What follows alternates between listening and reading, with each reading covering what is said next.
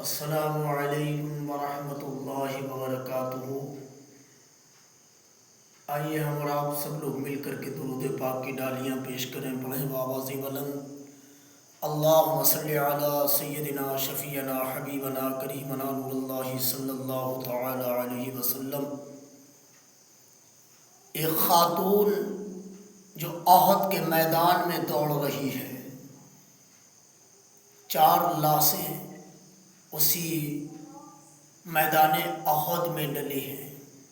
اس کی پیر کی ٹھوکر سے ان لاشوں پر جب ٹھوکر لگتی ہے پیر کی، تو ایک جوان کھڑا ہے، اس نے پوچھا یہ کون لوگ ہیں؟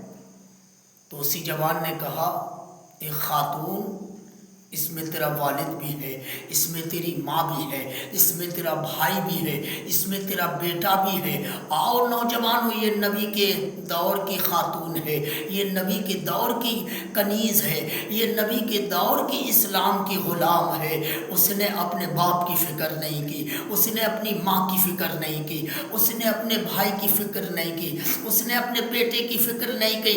اگر زبان سے پکارا ہے تو اگر اپنی زبان سے کہا ہے تو کہتی ہے یا رسول اللہ، میرے رسول پاک کہاں ملیں گے، میرے نبی کہاں ملیں گے، میرے آقا صلی اللہ علیہ وسلم کہاں ہیں؟ آؤ میرے نوجوانوں، یہ خاتون میرے نبی کو پکار رہی ہے، یہ خاتون رسول اللہ کو پکار رہی ہے۔ اس خاتون کو نہ اپنے باپ کی فکر تھی، نہ اپنے شوہر کی فکر تھی، نہ اپنے بچے کی فکر تھی۔ 4 لاشیں پڑی ہوئی ہیں جنگ احد میں، اگر فکر ہے تو آمنہ کے لال کی فکر ہے۔ آؤ نوجوانوں، آج کی خاتونوں کو دیکھو، شوہر گیا کام پہ، یہ گئی محلے میں، یہ غیبت کر رہی ہے، ادھر غیبت کرتی پھر رہی ہے، ادھر غیبت کر رہی ہے، ادھر غیبت کر رہی ہے۔ آؤ میرے نوجوانوں، میرے نبی کی بارگاہ میں 2 خاتون آتی ہیں، 2 کنیز آتی ہیں، اسلام کی غلام آتی ہیں۔ یا رسول اللہ، میں میرے ماں باپ آپ پہ قربان ہو جائیں۔ نبی فرماتے ہیں کس لیے آئی ہوں؟ وہ دونوں کنیزیں کہتے ہیں یا رسول اللہ، میں مسئلہ پوچھنے آئی ہوں۔ نبی فرماتے ہیں تم دونوں نے اپنے مرے ہوئے بھائی کا گوشت کھایا ہے۔ وہ دونوں رونے لگتی ہیں یا رسول اللہ، میں نے مرے ہوئے بھائی کا گوشت نہیں کھایا۔ ارے مرے ہوئے بھائی کا گوشت تو دور رہا، میں نے حلال بھی گوشت نہیں کھایا۔ کہ لال کو جلال آ گیا، میرے نبی غصے میں آ گئے۔ میرے نبی کہتے ہیں اگر تم نے مرے ہوئے بھائی کا گوشت نہیں کھایا ہے تو چلو وضو خانے میں۔ وضو خانے میں میرے آقا صلی اللہ علیہ وسلم ان اسلام کے غلام کو لے گئے اور اسلام کی کنیز کو لے گئے۔ اور میرے نوجوانوں، وہ دونوں خاتون جب وضو خانے میں جاتی ہیں، میرے مصطفیٰ نے کہا، میرے نبی نے کہا، حضور تاجدار مدینہ صلی اللہ تعالی علیہ وسلم نے فرمایا ہے کہ اپنے حلق میں انگلی ڈالو۔ ان دونوں کنیزوں نے، ان دونوں غلاموں نے، ان دونوں خاتونوں نے جب حلق میں انگلی ڈالی تو گوشت کے قطرے نکل رہے ہیں، گوشت کی بوٹیاں نکل رہی ہیں، گوشت کے قطرے نکل رہے ہیں۔ نوجوانوں، وہ دونوں کنیزیں رونے لگتی ہیں، یا رسول اللہ، میں نے مرے ہوئے بھائی کا گوشت نہیں کھایا ہے۔ ارے مرے ہوئے بھائی کا گوشت تو دور رہا، میں نے حلال گوشت بھی نہیں کھایا۔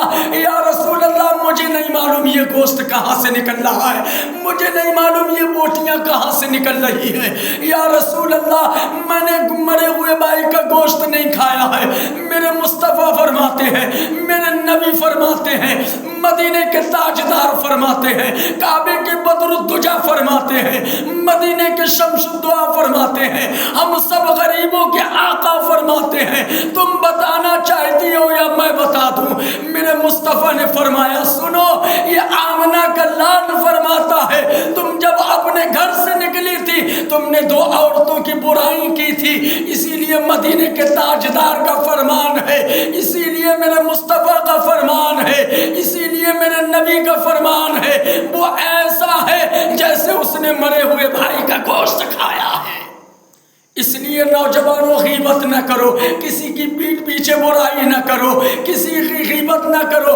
قرآن فرماتا ہے وَتُعِزُّ مَن تَشَاءُ وَتُذِلُّ مَن تَشَاءُ، اللہ جس کو چاہتا ہے عزت دیتا ہے، اللہ جس کو چاہتا ہے ذلت دیتا ہے، یہ سب اس کا کام ہے، یہ سب اس کی حکمت ہے۔ وہ جس کو چاہے خوش رکھے، جس کو چاہے ذلت دے، وہ جس کو چاہے عزت دے یا جس کو چاہے وہ ذلت دے، یہ اس کی حکمت ہے، یہ اس کا کام ہے۔ میرے نوجوانوں، میرے نبی صلی اللہ علیہ وسلم کا فرمان ہے، حسد کرنے والوں، غیبت کرنے والوں، وہ ایسا اس طرح ہے کہ دین کو موڑ دیتا ہے، دین کو موڑ دیتا ہے۔ صحابہ نے عرض کیا یا رسول اللہ، اس طرح تو وہ ہوتا ہے جو بال صاف کیا کرتے ہیں، اس طرح تو وہ ہوتا ہے جو بال ختم کیا جاتا ہے۔